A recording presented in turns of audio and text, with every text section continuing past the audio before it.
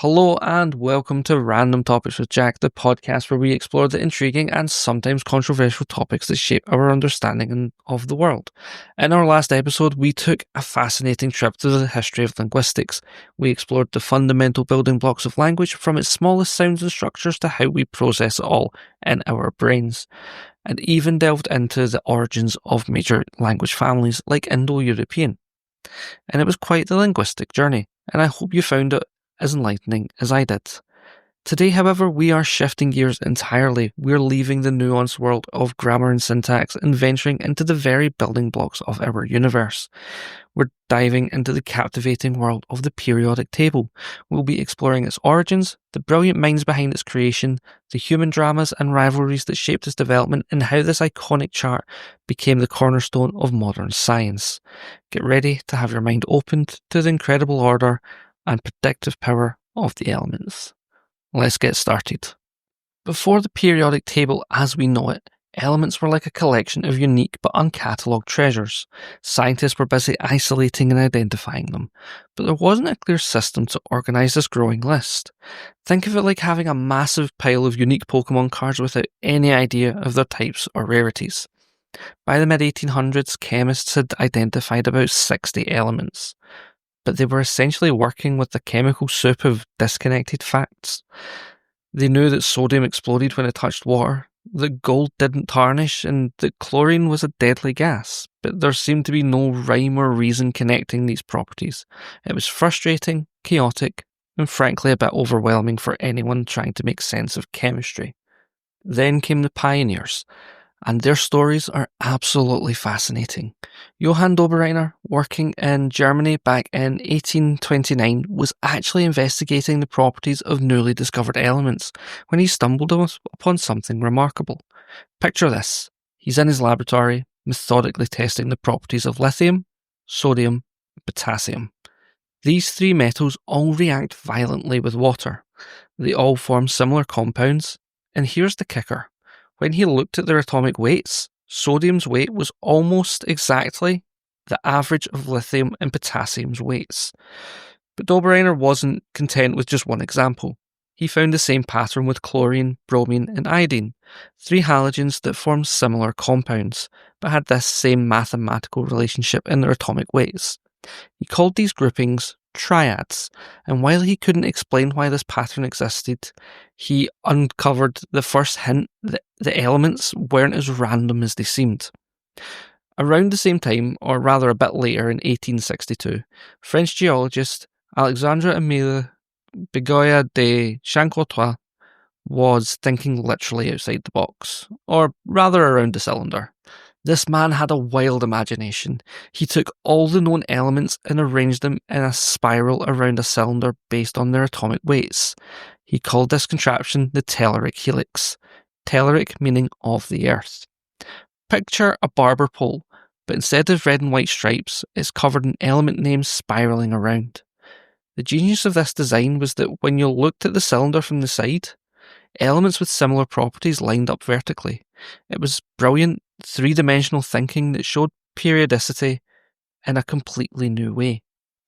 Unfortunately, the scientific community largely ignored it, partly because Chancourtois published it in a geology journal rather than a chemistry journal, and partly because people just weren't ready for such a radical visualization.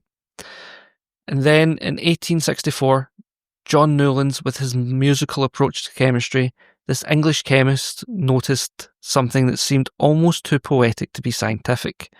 When elements were arranged by increasing atomic weight, every eighth element seemed to have similar properties, much like musical octaves where every eighth note sounds similar. He called this the law of octaves. Now, here's where the story gets a bit sad and infuriating. When Newlands presented his idea to the Chemical Society of London, the reception was brutal. One particularly snarky member asked if he'd tried arranging the elements alphabetically instead, essentially treating his serious scientific work like a joke.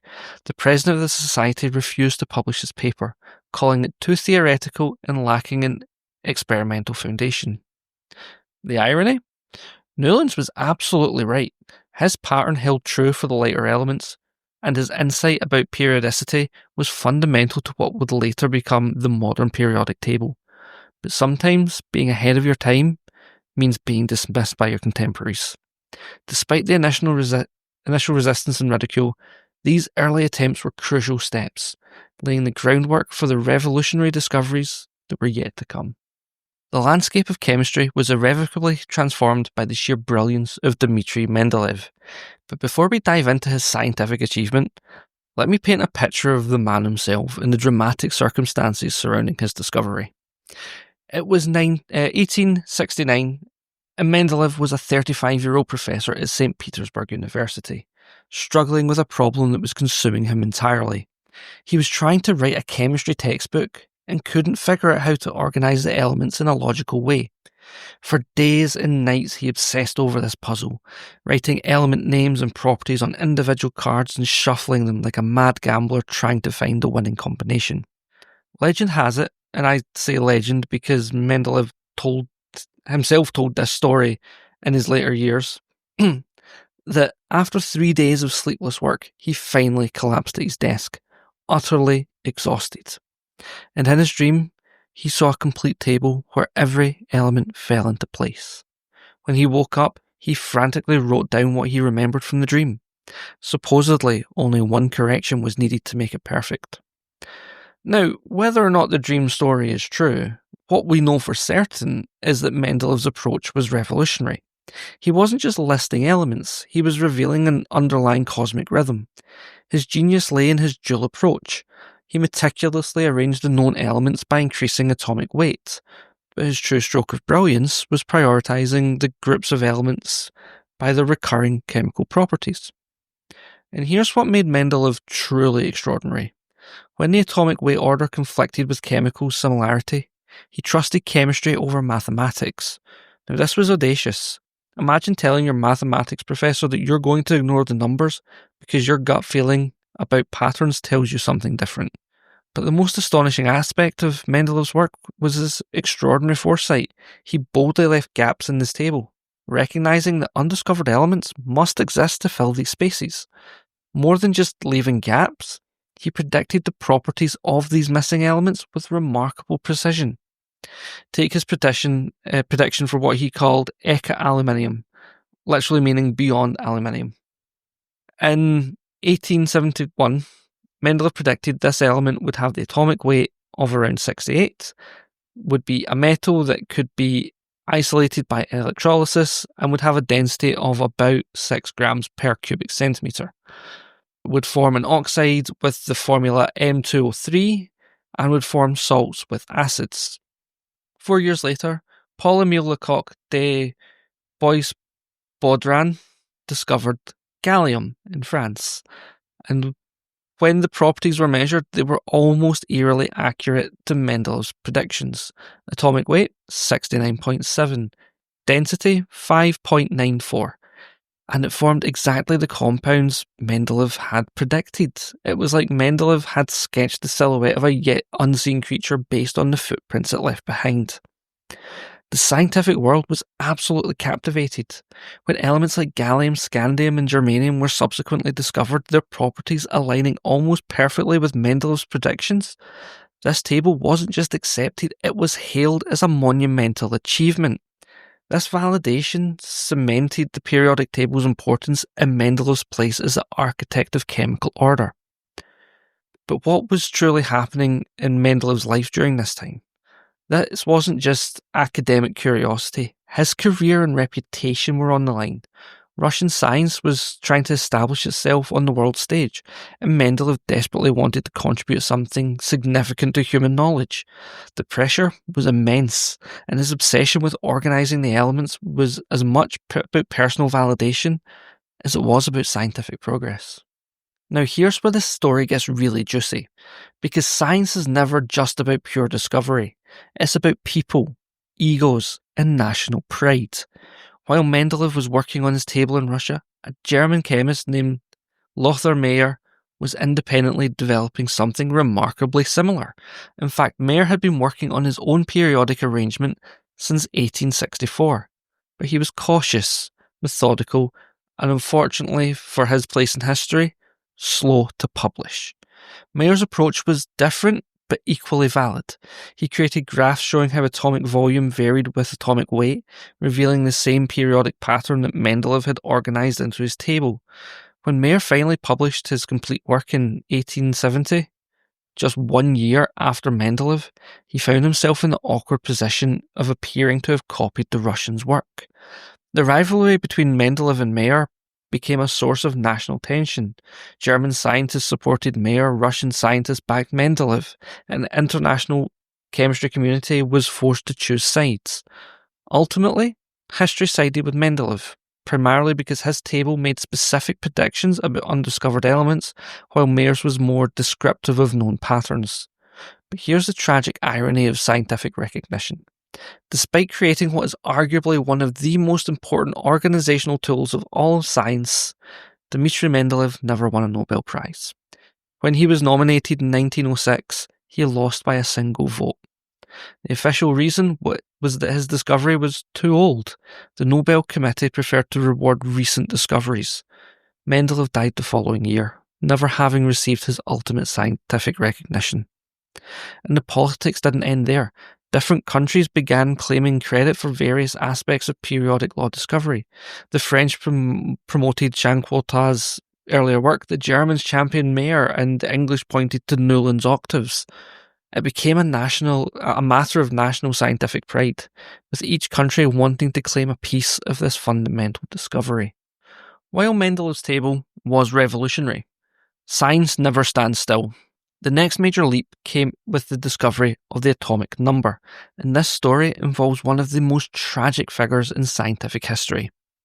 Henry Moseley was a brilliant young English physicist, only 26 years old when he made his groundbreaking discovery in 1913. Working at the University of Manchester, Moseley was experimenting with X-ray spectroscopy, a cutting-edge technique that involved firing X-rays at different elements and analysing the patterns they produced. What Moseley discovered was revolutionary. Each element produced a unique X-ray signature that corresponded not to its atomic weight, but to what he called its atomic number, the number of protons in the nucleus.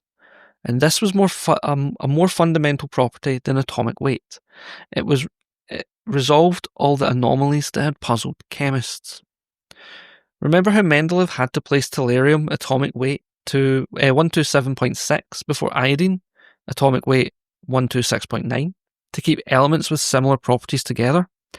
It seemed to violate the principle of organising them by atomic weight, but using Moseley's atomic number, iodine with 53 protons correctly comes after tellurium with 52 protons.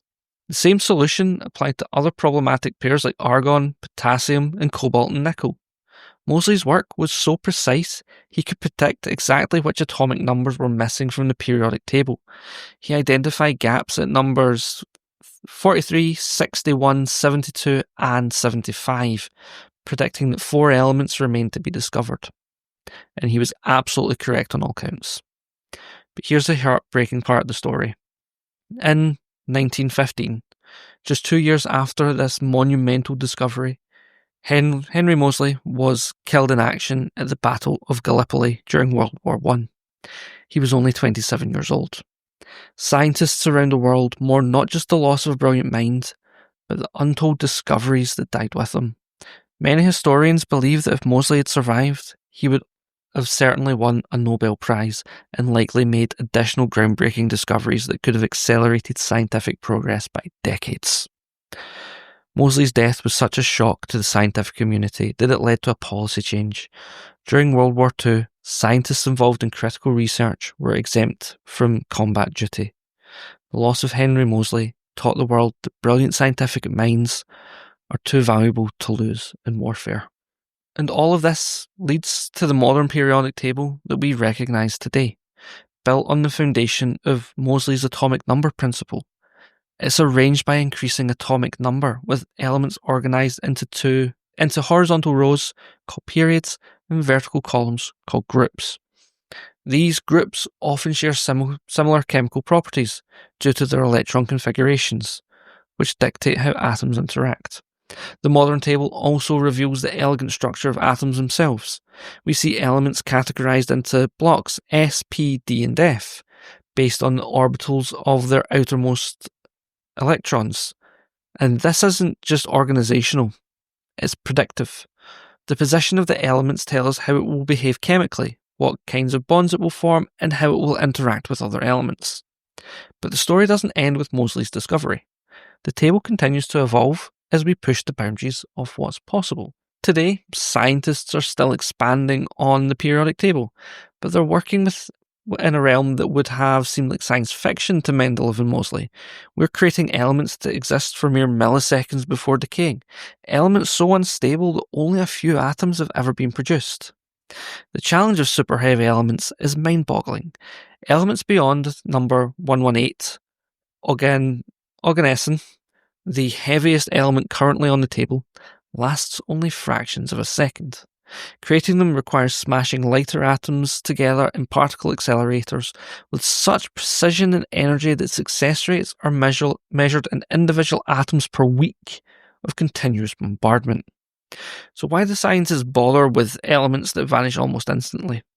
Well, because theory predicts something called the island of stability, a region around element 114 to 126 where superheavy elements might be relatively stable, possibly lasting minutes, hours, or even years. Imagine elements with properties we've never seen, potentially useful for technology we can't yet envision. The naming of new elements has become its own source of controversy. When elements 113, 115, 117, and 118 were confirmed in the 1980s, there were disputes over the naming rights between Japanese, Russian, and American research teams. The International Union of Pure and Applied Chemistry had to step in to mediate, leading to names like Nihonium, honouring Japan, Moscovium, honouring Moscow, and Oganesson, honouring Russian physicist Yuri Oganessian. But here's a mind-bending question. Is there a limit to how many elements can exist? Theoretical physicists suggest that around element 137, the mathematics of atoms breaks down. At that point, electrons would need to travel faster than light to maintain stable orbits, which violates the laws of physics as we understand them. Element 119 and 120 are currently being pursued by laboratories around the world, but each new element becomes exponentially more difficult to create and detect. But let's zoom out from these earthly laboratories and consider the periodic table from a cosmic perspective, because the story of elements is really the story of the universe itself. Every element heavier than hydrogen tells the story of stellar death and cosmic violence. When Carl Sagan famously said, "We are made of star stuff," he was referring to the process of stellar nucleosynthesis, the cosmic factories where elements are forged. In the cores of stars, hydrogen fuses to create helium. Helium fuses to create carbon and oxygen, and this process continues up through iron. But here's where it gets dramatic. Creating elements heavier than iron requires more energy than it produces. This can only happen during the catastrophic explosions we call supernova, when dying stars release more energy in seconds than our sun will produce in its entire 10 billion year lifetime. This cosmic perspective explains why the universe is dominated by hydrogen and helium. They were created in the Big Bang itself.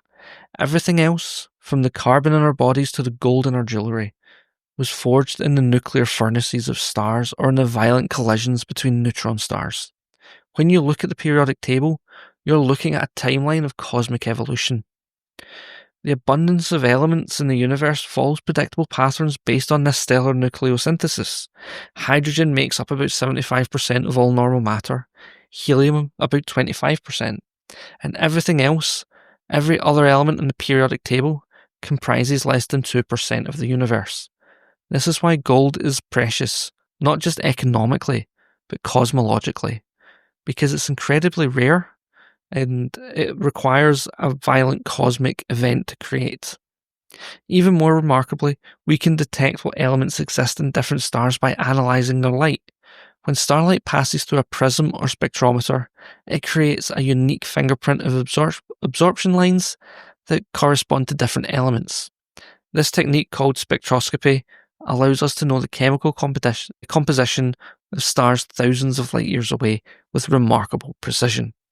The periodic table isn't just useful on Earth, it's our key to understanding the chemical makeup of the entire universe.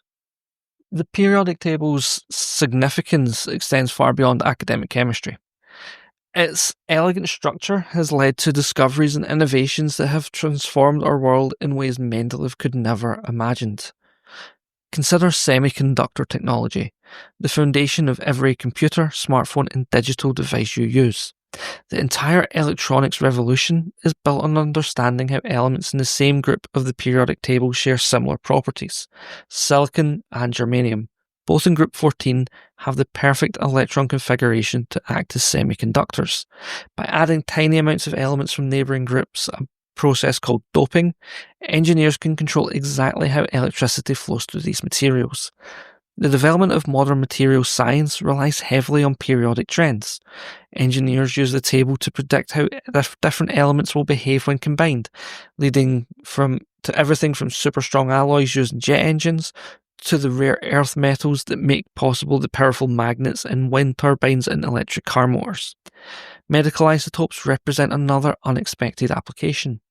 Many elements have radioactive versions that decay at predictable rates, making them perfect for medical imaging and cancer treatment. Technetium-99m, derived from an element that doesn't naturally exist on Earth, is used in millions of medical scans each year because of its nuclear properties, predicted by its position on the periodic table, making it ideal for imaging internal organs. Even the development of new pharmaceutical drugs relies on the periodic table principles. Medicinal chemists use their understanding of how different elements behave to design molecules that will interact with the body in specific ways. The difference between a life-saving medicine and a deadly poison often comes down to substituting one element for another based on their periodic relationships. This iconic chart remains far more than just a list of elements. It's still a powerful predictive tool that drives modern scientific discovery. Scientists today use the same principles that guided Mendeleev to anticipate the properties of materials that haven't yet been created, to design new catalysts for chemical reactions, and to understand complex biological processes. The table provides invaluable insights into understanding chemical behaviour at every level, from predicting how elements will react to form compounds, to understanding their physical properties like melting points and electrical conductivity. The periodic table remains a fundamental guide for anyone working with matter at the atomic level. It continues to serve as an educational cornerstone. The elegant structure makes complex chemical concepts accessible, revealing the underlying patterns that govern how atoms interact. Students around the world still memorize portions of the table, not just as an exercise in rote learning, but because understanding these patterns provides intuition in how the natural world works. Ultimately, the periodic table stands as a symbol of scientific progress and human ingenuity. It represents humanity's ongoing quest to understand the universe and its fundamental constituents. In an age where scientific knowledge can seem fragmented and specialised, the periodic table reminds us that underneath the apparent complexity lies elegant, discoverable order. The table embodies the best of the scientific method: careful observation, pattern recognition, bold prediction, and experimental verification. It shows how individual discoveries by different people in different countries and different eras can build upon each other to create something greater than the sum of its parts. Perhaps most importantly, it demonstrates that the universe is knowable. In a cosmos that can seem random and chaotic, the periodic table reveals that matter itself follows discoverable laws. The same patterns that govern the behaviour of elements in a chemistry lab on Earth also determine the composition of distant stars and the formation of planets. And that brings us to the end of our journey through the history of the periodic table. We've explored the early attempts at organisations by pioneers like Döbereiner, Chancourtois and Newlands. We've delved into the monumental contributions of Dmitri Mendeleev, the tragic brilliance of Henry Moseley. We've examined the human dramas and rivalries that shaped scientific progress, followed the modern quest to create new superheavy elements, and contemplated the cosmic origins of the elements themselves. The periodic table is far more than a chart hanging on classroom walls. It's a testament to human curiosity and ingenuity, a beautiful and complex system that reveals the underlying order of the universe. It's a tool that's driven countless discoveries and continues to guide scientists in their quests to understand the fundamental building blocks of matter. From predicting the properties of undiscovered elements to understanding the nuclear processes that power stars, the periodic table remains one of science's greatest achievements. And most remarkably, is it still growing. As scientists push the boundaries of what's possible in their laboratories, creating elements that exist for mere moments before decay, they're continuing the same tradition of discovery and organisation that began over 150 years ago. Each new element added to the table is both an end and a beginning, the culmination of years of painstaking work and the opening of new questions about the nature of matter itself. Next time, though, we are switching gears completely. We'll be rolling for initiative as we dive into the world of fantasy and adventure, where we explore Dungeons and Dragons. We'll be having a look at its history, its impact on culture, and why this tabletop game has captivated millions for decades. So thank you for joining me today on this journey through the elements and the brilliant minds who organised them. As always, I've been your host, Jack, but until next time, keep questioning and exploring.